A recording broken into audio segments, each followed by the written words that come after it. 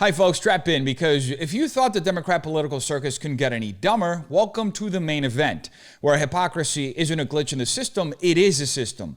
We're living in a time when the party that screeches about protecting democracy treats elections like a shady group project. They rig the rules, they lie about it, and then they pray the teacher doesn't check. Today we're diving headfirst into the Democrats' latest magic trick, rebranding independent redistricting as a full-blown partisan blood sport, all while pretending to be the shocked, innocent victim. Now, this Democrat meltdown over redistricting started back in Texas, where Republican lawmakers, backed by the U.S. Department of Justice, began redrawing congressional maps after federal courts ruled parts of the old ones were unconstitutional.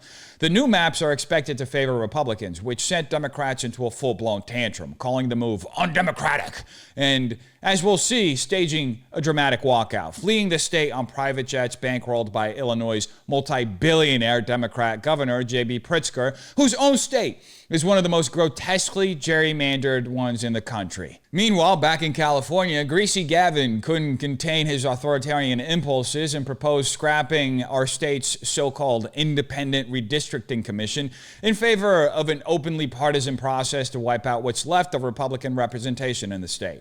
And he's not even trying to hide it, by the way. He's been publicly framing the move as retaliation against Republicans in Texas. That said, his plan drew immediate blowback, surprisingly even from some within his own party, with some Democrats warning that rigging elections in the name of saving democracy might not be the political genius move Gavin seems to think it is. All that being said, let's take it back to Texas for a moment, because it's important to look at how Democrats reacted both in the state and nationwide to a completely legal, constitutionally backed redistricting process consistent with decades of precedent. And we'll start with the always brain-dead Jasmine Crockett, whose main criticism of the entire effort boiled down to, you guessed it, race. Yep. This legislature is consistently been found to be guilty of doing, which is to make sure that they can do an overemphasis of Anglo voices in this state. Only 40% of this state is Anglo, yet somehow we have more than 60% of our seats that are elected by Anglo majority districts. As I said in 2021, as I argued against these maps, the math ain't mathin'. Top-notch eloquence from Jasmine, as always. The math ain't mathin', she says, a phrase that would be funny if it weren't being used to reduce constitutional representation to Marxist racial grievance. What Crockett is doing here is textbook progressive race essentialism, reframing any democratic outcome that doesn't benefit Democrats as an illegitimate expression of whiteness. But let's take a deeper look, shall we? Texas, like every state, draws its districts based on population, not race. Districts are required to have roughly equal numbers of people, not to reflect a perfectly engineered racial pie chart. What Crockett really wants isn't fairness, it's ideological control cloaked in diversity language. The irony is that while she accuses Republicans of racial overrepresentation, her own argument hinges on reducing voters to skin color, as if Latino, Black, and Asian Americans must think and vote one way. This isn't just a sloppy talking point. It's a window into the left's broader strategy. Weaponize identity, flatten nuance, and cry racism when the numbers don't serve their narrative. It's the politics of resentment dressed up as civil rights, and it's corroding not just trust in elections, but the very idea of individual agency in a pluralistic society. That said, Crockett isn't ashamed of this talking point. She's taken it on the road. A reflective map would look like the fact that only 39% of this state is Anglo. So how in the heck do we have 60% of the seats that go to DC are going to be decided by Anglos? That's the math that doesn't work. We need to flip the numbers so that people of color, no matter who they vote. Democrats are now unironically arguing in favor of a political caste system. Just swap the robes and incense for spreadsheets and racial quotas. Crockett's complaint that 60% of Texas congressional seats are decided by Anglos, despite Anglos only making up 39% of the population, isn't just bad math. It's a rejection of representative democracy itself, something that Democrats claim to stand for. Congressional districts are drawn by population, not skin tone, and voters of all backgrounds can and do choose candidates across racial lines. What Crockett's really demanding is a racial proportionality in power, which is not only unconstitutional, it's deeply regressive. Think Jim Crow regressive. This is the endpoint of decades of identity politics, folks. A worldview where the legitimacy of an election depends on how well it mirrors racial demographics, not how voters actually vote. It's a direct challenge to the idea of citizenship as a shared civic identity. And it tells us something chilling about the current moment. The Democrats are no longer content with shaping culture and narrative. They want to racialize the structure of governance itself. That's not progress, by the way. That's tribalism in a pantsuit. There was a benefit to shining a light on what it was that they were trying to do in the dark in Texas. So unfortunately, we've seen our numbers fall now that they have these voter restrictions in place. Isn't it crazy how every time corruption is ended, Democrats seem to lose a little bit of power? Crockett lamenting about voter ID requirements hurting our numbers in Texas says the quiet part out loud. The Democrat electoral edge has become increasingly reliant on loopholes, lax standards, and systems ripe for abuse. Mail-in ballots without ID verification, that's not access, that's an invitation to chaos. But instead of addressing voter confidence or election integrity, Crockett frames a tightening of basic security measures as an assault on democracy itself. This is the modern Democrat formula, folks. Equate accountability with oppression and label any effort to verify identity as voter suppression. It's a dishonest, cynical strategy, but it works because legacy media, the MSDNCs of the world, with their activist groups, and even public schools have spent years priming the public to believe that integrity equals inequality. The truth is, if your political survival depends on ballots no one can trace to a real person, maybe your ideas aren't that popular to begin with. That said, the redistricting efforts are moving forward in Texas, and Texas state lawmakers just jetted out of the state in order to try to obstruct the process from unfolding. This is State Representative James Tallarico from Texas. If you're seeing this video, my Democratic colleagues and I have just left our beloved state to break quorum and stop Trump's redistricting power grab. It's truly great to see that Democrat politicians are actually capable of doing something when it directly impacts their ability to hold on to power. The flight of 51 Texas Democrats literally fleeing the state to block a constitutionally mandated redistricting vote isn't some noble act of resistance like the Democrats want you to believe. It's a tantrum from a party that suddenly hates the rules it used to love.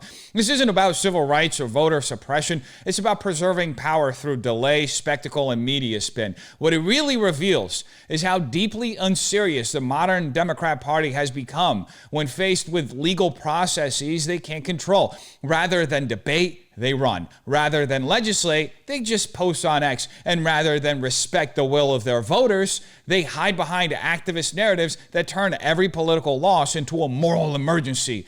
This stunt is a microcosm of where we're currently at, folks. A political class more committed to performance than governance, bolstered by Democrat institutions that reward drama over discipline, and voters who've been conditioned to confuse obstruction with courage. If Donald Trump is allowed to do this, if he is allowed to once again cheat and get away with it, there is no stopping this. This will spread across the country. This is un-American and this is undemocratic.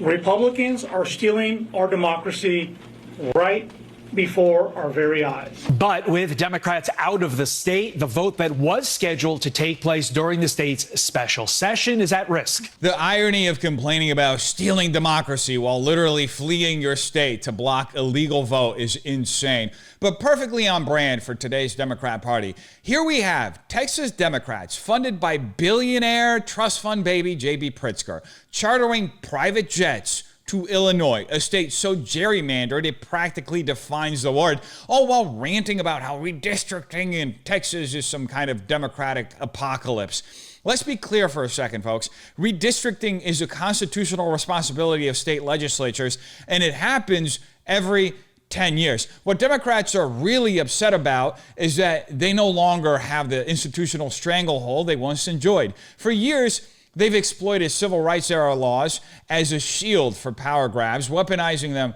not to protect minority voters, but to entrench themselves through racial guilt and court activism. Now the Republicans are playing by the same rules and winning. The game suddenly becomes unfair. This is the Democrats' current crisis point, folks. Their moral authority is collapsing under the weight of their own contradictions, and their last defense is theatrical outrage, propped up by a media ecosystem that's too invested in the narrative to actually tell the truth. So Trump came up with a new scheme, rig the system, by ramming through a corrupt mid-decade redistricting plan that would steal 5 congressional seats, silencing millions of voices, especially Black and Latino voters. Let's be clear, this is not just rigging the system in Texas.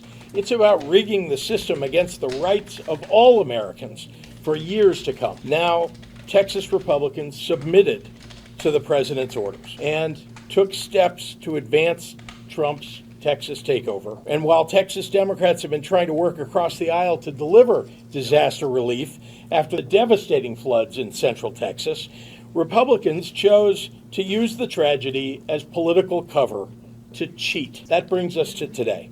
Texas Democrats were left no choice but to leave their home state, block a vote from taking place, and protect their constituents. This is a righteous act of courage, and we can all take a page from these leaders' playbook. When you show people that you have the will to fight, well, they can muster the will to fight too. Democrats love to rant about billionaires controlling elections, but then take a private jet chartered by a billionaire governor, no less, to one of the most grotesquely gerrymandered states in the country in order to control the outcome of an election.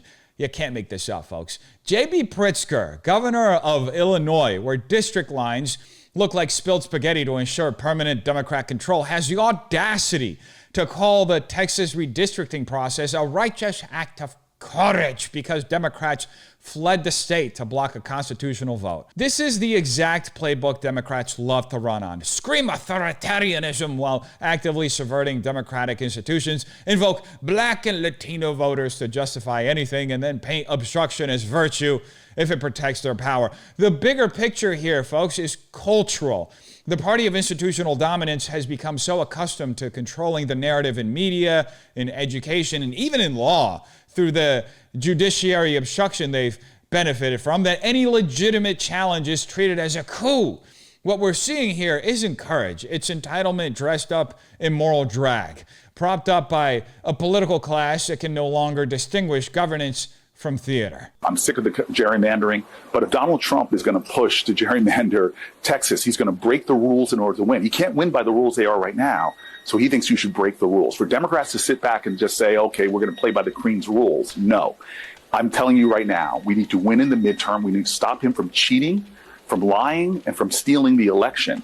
And if they're doing something to add their congressional seats, we need to look at our ways of doing that right now. You know, folks, the most interesting change on the Democrat side in the last 2 years is that they mostly dropped the mask. They're no longer pretending not to be corrupt. They're just openly admitting it and calling it justice.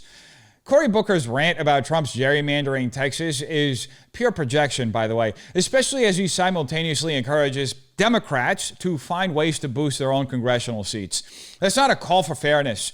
It's a green light for rigging the game, so long as it benefits the right side. What we're witnessing is the normalization of ends justify the means politics, where accusations of cheating by Democrats are just pretexts to justify preemptive cheating of their own. This moment lays bare the broader ideological rot in their party, where a ruling class believes it owns democracy instead of serving it. And that shift has only been possible because they have the media, they have universities, they have all the cultural institutions spending basically decades rebranding raw power grabs by the Democrats as moral progress. And while in the past Democrats used to cloak their abuses in moral high ground supported by that apparatus, they now just openly call this strategy. What we're seeing now is an attempt by the White House to insulate itself from any kind of congressional scrutiny, any kind of congressional oversight, to make sure that Donald Trump remains the authoritarian figure that he has become.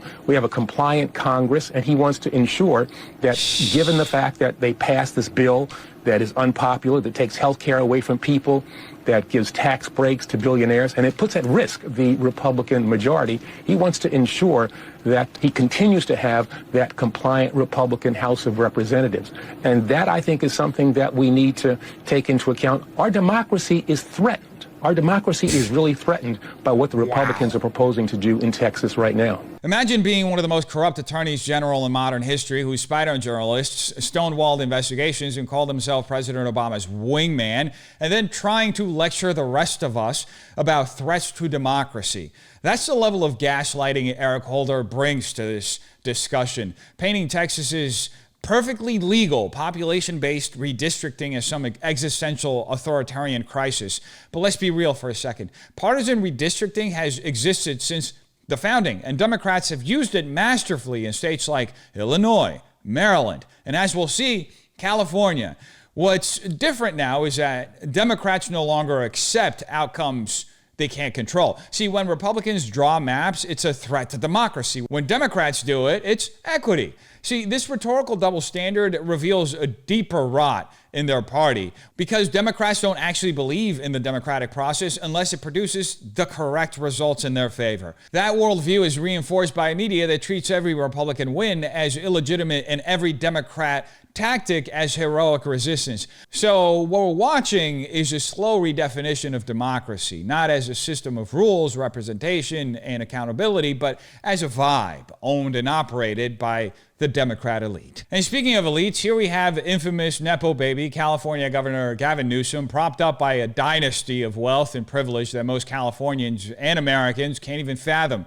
His father, William Newsom III, wasn't just a judge. He was a California appellate court justice and a longtime legal advisor for the Getty Family Trust. Gavin's father oversaw a multi-billion-dollar empire managing a trust that earned him around $40 million annually, according to multiple reports from outlets like Cal Matters. And what about Gavin himself? Well, he's launched his business ventures with Getty family money, you know, the richest family in California, and spent the last 3 decades in public office, riding a wave of insider access and taxpayer-funded influence. Now, the same career politician who's never faced real-world economic pressure is openly posting on X about his plans to gerrymander every last Republican out of California, the most undemocratic thing you can think of in a democratic system, so-called, because we live in a constitutional republic after all. Anyway, he's bragging about this. But of course, this is who Democrats are now. They don't believe in democracy. They never did. They only believe in control of the media, of the narrative, of institutions. Everything else is just marketing. How far are you willing to go to stop big, Trump from stealing the midterms? What's so interesting about how blue that is, that was done by an independent redistricting commission. That's the difference. We tried to play by a higher value independent system. It's about formal authority. It's also about moral authority. We tried to do both and. Yeah. I've long supported independent redistricting. I can't stand these gerrymander districts. I can't stand the fact that we're trying to find, I mean, it's, you know, everything about gerrymandering needs to be addressed nationally. Yep. And I now realize that as a promoter to do it at the state level, I thought other states would follow suit because it was the right thing to do.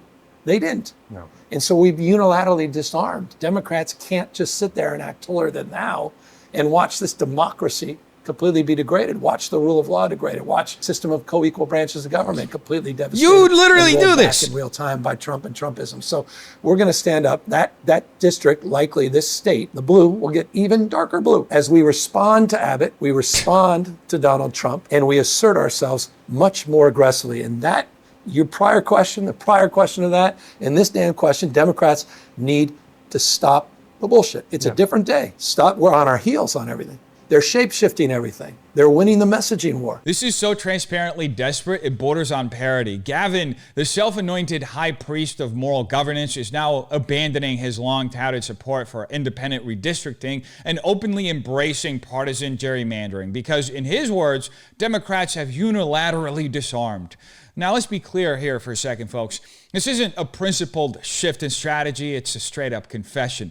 Gavin admits the moral high ground was just abandoned the moment it became politically inconvenient for Democrats. So in essence, what we're seeing is a collapse of Democrat credibility under the weight of its own double standards. For years, Democrats framed themselves as the guardians of democracy, champions of fairness, and opponents of manipulation. Now they justify rigging the system as a righteous countermeasure to Trumpism. This reveals the deeper problem: the Democrat obsession with moral relativism, where rules are only sacred when they serve Democrat interests. And this has basically turned every aspect of political discourse in America today a bad faith battleground. The result is a culture where institutions are tools, not standards, and power, not principle, is the only real currency.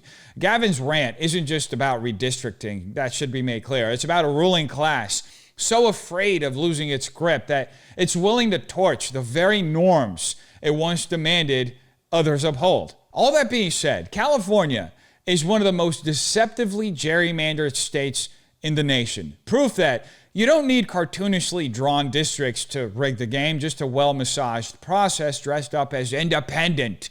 See, despite having an independent redistricting commission here in California, the reality is that Democrats have long dominated the selection process behind the scenes, ensuring the final maps heavily favor their party. After the 2020 census, Democrats held just under 60% of the statewide vote, but walked away with over 75% of congressional seats. And it's not just congressional districts. State legislative maps are drawn with surgical precision to dilute conservative influence in regions like the Central Valley, Orange County, and even parts of inland Southern California. By the way, in case this isn't evident yet, this isn't a fair reflection of voter diversity. It's soft authoritarian map control, sanitized through bureaucratic language and upheld by a media that refuses to scrutinize the outcome. See, while Texas and other red states are constantly criticized for gerrymandering, California's system is cloaked in the illusion of reform, when in fact it's one of the most effective and undemocratic redistricting operations in the nation. It's how Democrats have managed to hold on to authoritarian level, Venezuelan style, one-party rule in this state for close to 60 years. Many of those years with supermajorities in the state legislature. So the question isn't just whether Democrats are being hypocritical, it's whether the system itself has been quietly redefined while we weren't looking. If the people who claim to defend democracy feel entitled to break its rules every time they lose, what does that say about the system they're actually defending? And why do they talk so obsessively about saving democracy when in reality we're in a constitutional republic designed to restrain exactly this kind of mob-driven power grab? At what point does moral outrage become nothing more than a mask for their institutional control? See, these aren't just political tactics from Democrats, folks. They're warnings that the guardrails of shared reality are being stripped away, one rationalization at a time. So ask yourself, who gains when the rules are bendable, the language is weaponized, and power is always dressed up as protection for Democrats? And more importantly, when the next crisis comes, will we see it for what it is? Or will the slogans be just comforting enough to make you look the other way? You tell me what you think in the comments down below. Hope you have a terrific day. Peace.